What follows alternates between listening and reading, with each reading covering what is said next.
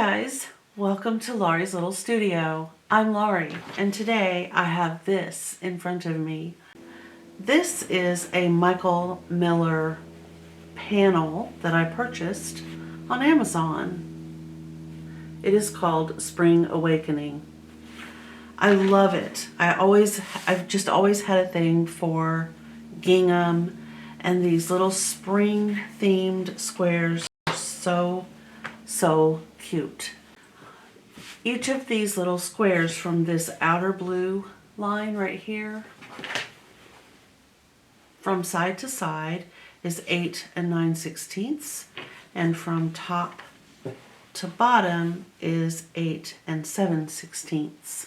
They look like a square, but they're actually a rectangle. And each one is different in each of the panels that you could purchase. I think they would be really cute made into small little pillows. I have too many ideas and I don't exactly know which of those I'm going to do for sure. Before I forget, I was going to tell you how many. So obviously there are, I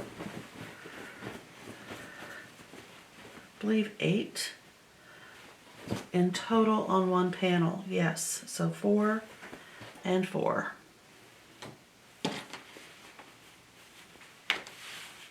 Really cute. Okay, so the other thing is I have this ratty tatty old ancient Christmas pot holder that is literally falling apart. I've tried to fix it a couple of times. I think it's probably maybe 40 years old.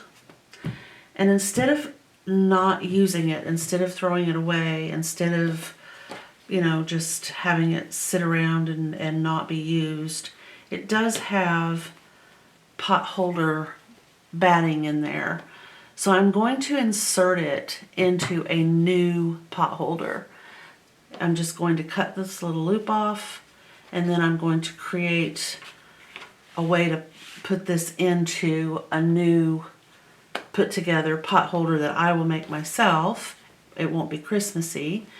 And then this will just be an insert, and I'll sew it all together and I'll have a new pot holder. I've just been painting and not doing a whole lot of sewing because I'm helping my daughter edit a school video, and I didn't want to get too far ahead on the projects.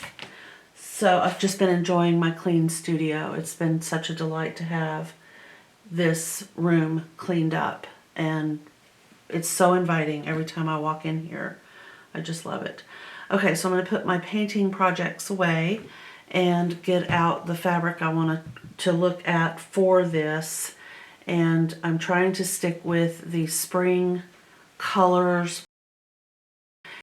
Okay, I'll be right back after I grab my materials.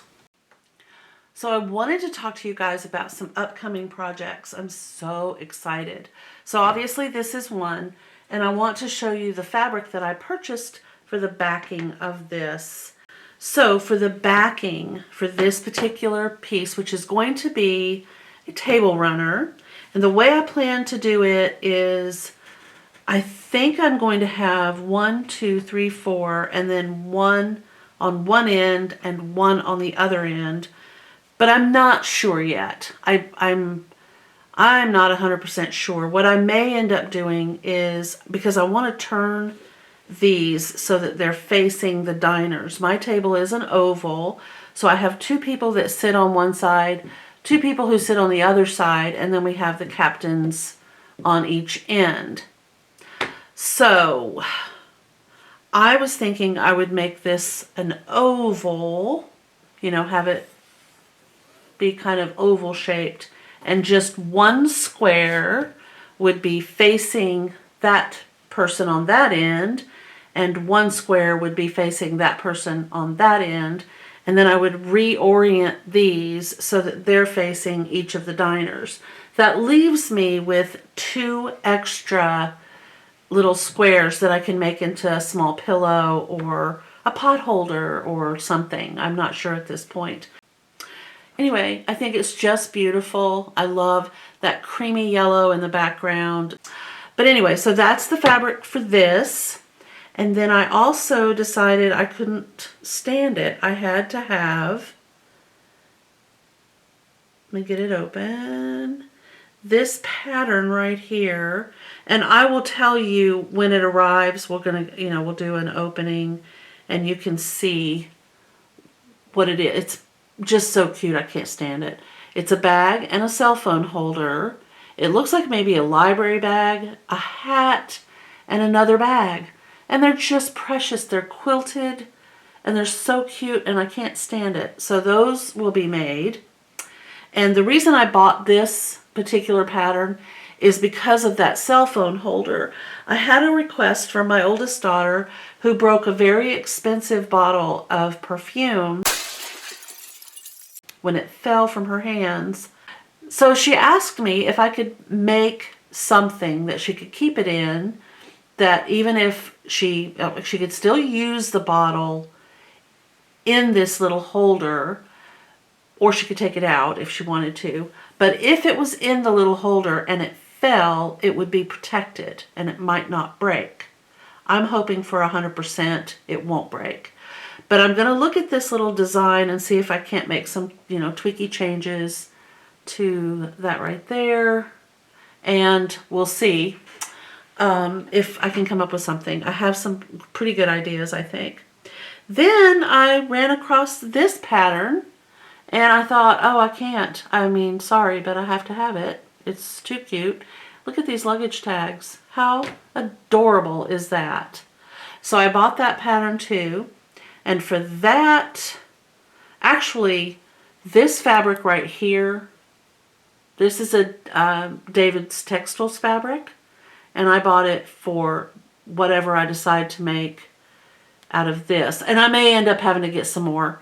I just bought a yard and then another yard of the other fabric. And then these two patterns and just call that a day. But that's where I'm headed. Those will be coming, sort of in the next couple of days.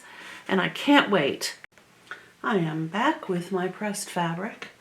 And I'm going to adjust the camera real quick. Here we go.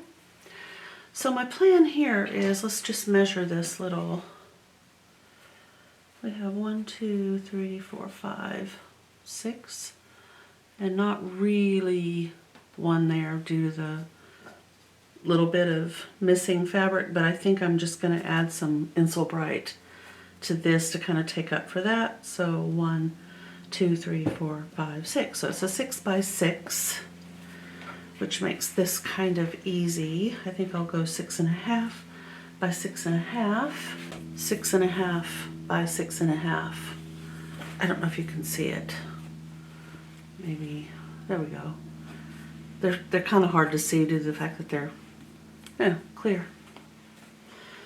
All right.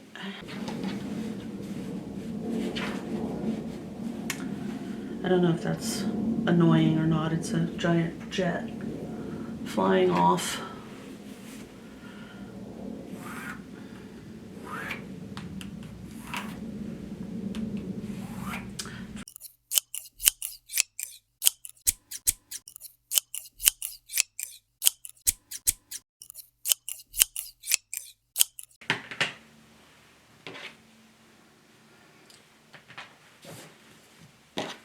I'm going to go ahead and cut the selvage trim off.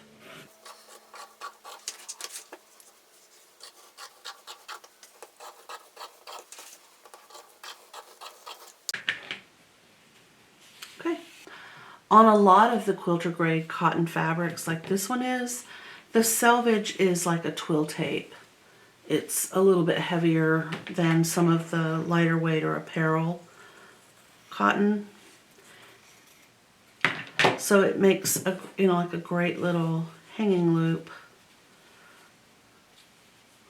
for something like this, which is what I'm going to use it for. Okay.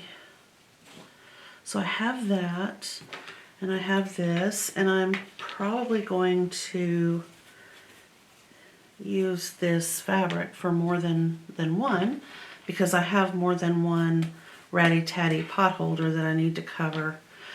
And I could also add a band of this to a flour sack towel. So that's awesome. Now, one thing I want to point out, if the fabric that you are using is lightweight and not opaque, but you know, somewhat transparent, and you have strong colors on this that you plan to cover, and you're worried that there might be some, well, it's not going to work on mine because this is not going to show through, but if there is some concern that it's going to show through, you could cut 2 pieces of fabric and just use those 2 as 1 piece. So you'd have 2 pieces of fabric and 2 pieces of fabric. Or if your plan is to use Insel Bright or another batting on the inside, that would probably help take down some of this bright color too. So that's an option as well.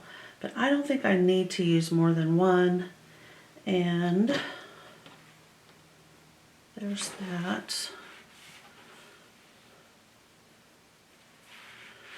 Okay, so feeling this, I honestly don't feel like I need to use Insel Bright. I think it would be too thick. So the next step is to keep these together. And I can use a spray and bond type product, or I can pin with some quilting pins if I need to, but I need to do some quilting to hold these all together, and then I'll be able to put a binding around the outer edges. Now I'm noticing that this is starting to be an issue, so I'm going to remove this old binding. Now that I've got that trim removed, I'm going to go ahead and I'm going to spray the pot holder with my spray and bond basting adhesive. I don't want to use this spray on this fabric because it will stain and I will always see it. I have not ever been able to wash this product from my Glamour fabric.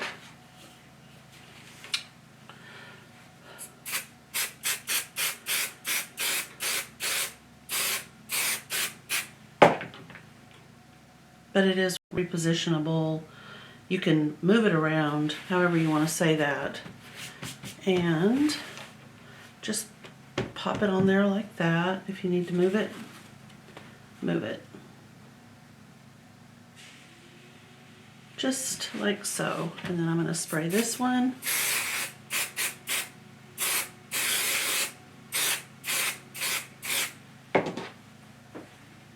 And same thing.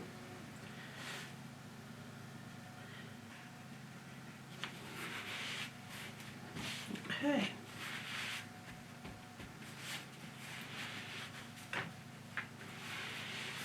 And I'm just going to do my squiggle quilting on my Bernina George. This is George.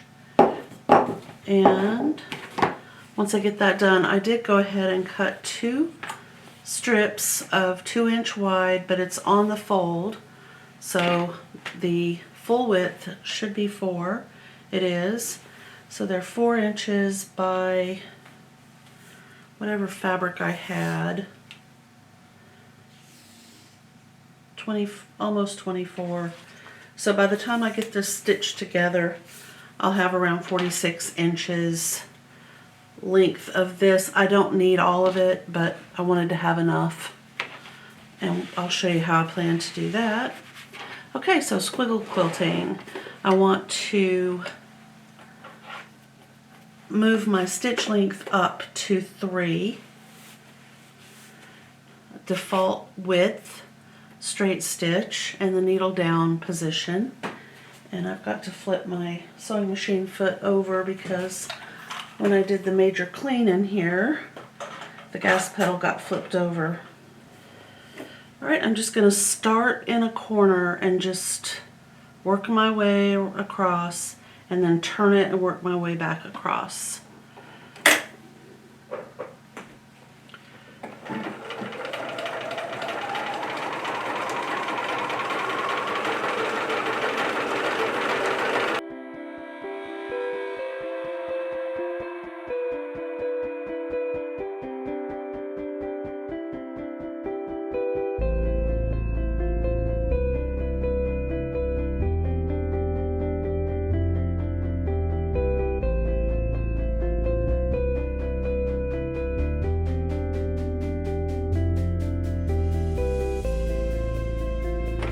Okay.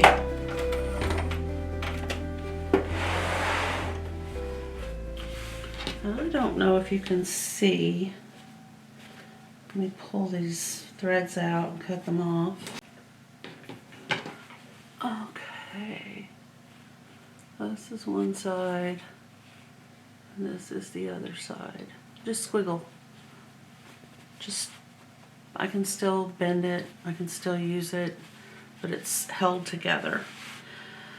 Okay, so now I am going to probably take this to the ironing board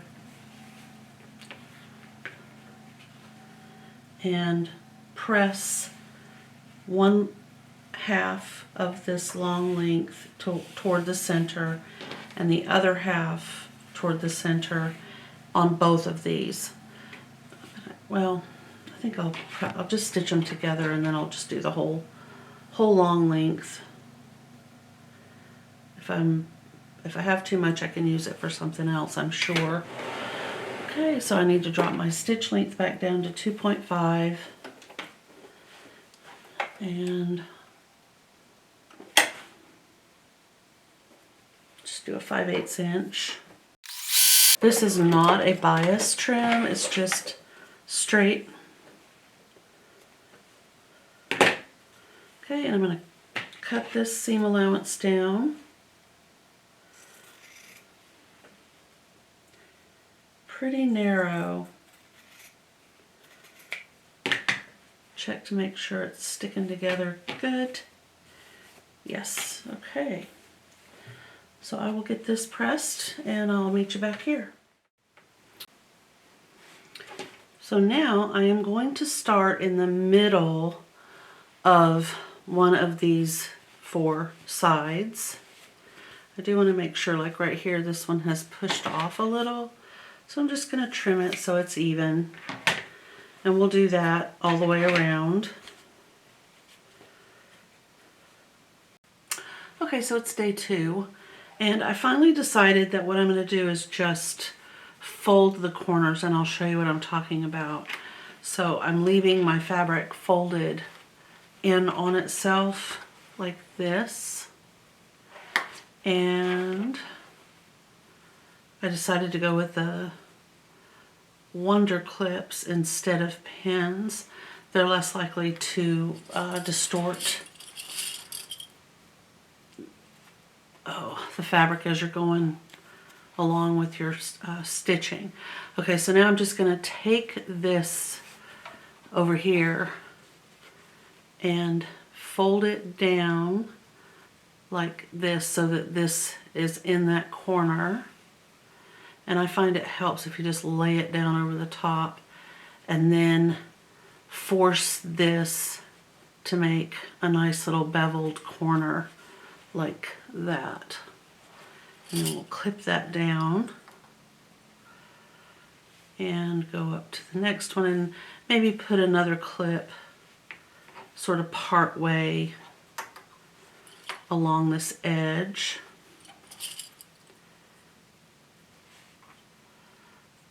About right there. And then we'll do it again. We're just going to take this piece and lay it down on top of this edge so that it looks like this. And then just force this corner to create a beveled edge like that.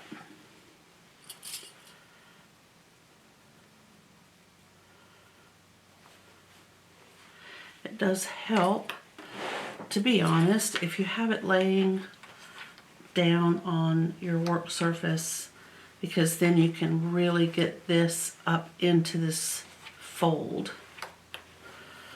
So we'll clip again about just a little bit past halfway, and then turn it and force this into a beveled edge. Okay, hold on, we have a package. Okay, so evidently that was not for us. All right. Okay, so now you can see, maybe move down just a little bit. This is where I started, on the center of this side right here. So I'm going to extend past this just a little bit. So I'll cut it about here. It's not precisely measured. So I'll take this clip off, fold the raw edge in on the one I just cut, and then just layer it right over the top of this first piece that I started. We're going to get these to kind of match up a little and clip that down. All right, now the next step is to make sure that each spot has completely covered both sides.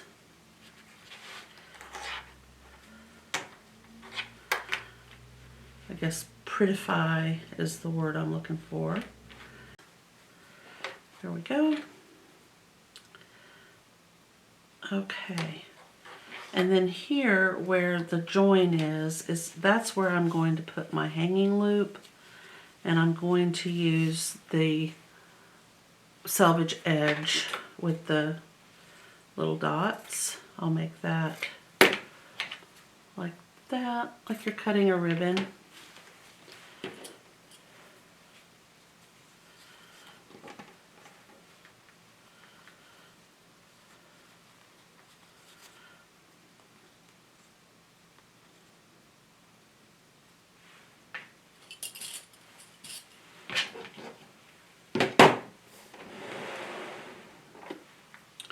I don't know that I need that much, so I think what I'll do is just pull this down to the size I think I'll need, which is about like that.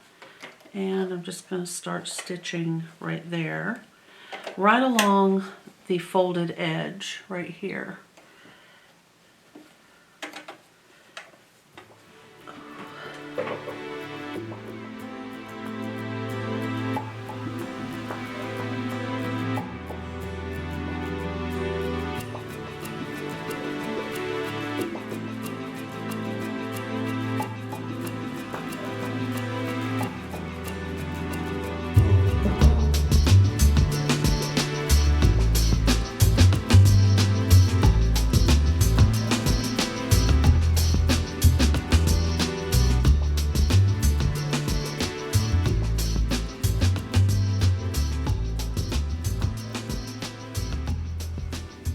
Stitch, whoa, this way into these corners, otherwise you'll have these little pockets that we don't want to have.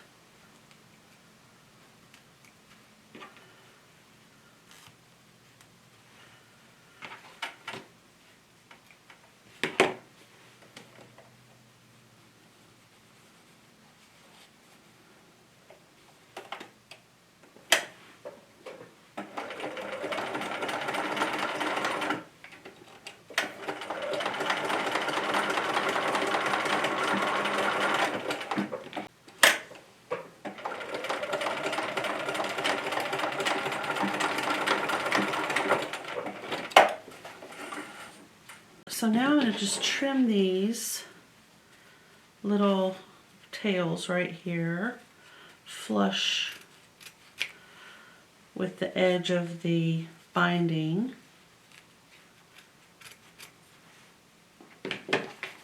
And there it is.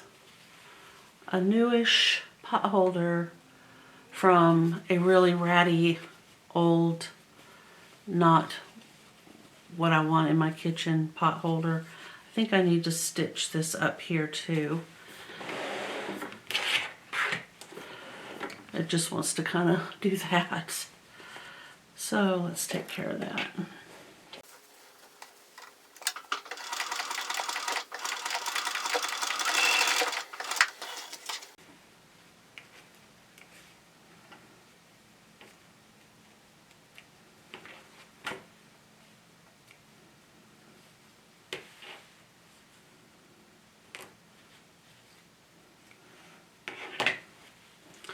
There it is. I'm much happier with this. I mean, it's not perfectly straight. I can see that it's kind of off at an angle, but it's a pot holder. It will protect my hands from hot pots and pans. And it's a lot cuter than the one that I had before. So I'm pleased. I've used up some of my fabric. I have a newish pot holder. And I'm going to put this in the kitchen in just a minute. Thank you so much for watching. I appreciate it more than I can say. If you do like this video, please give it a thumbs up. If you have not subscribed, please consider doing so. We would love to have you join us. And I will see you in the next one. Bye.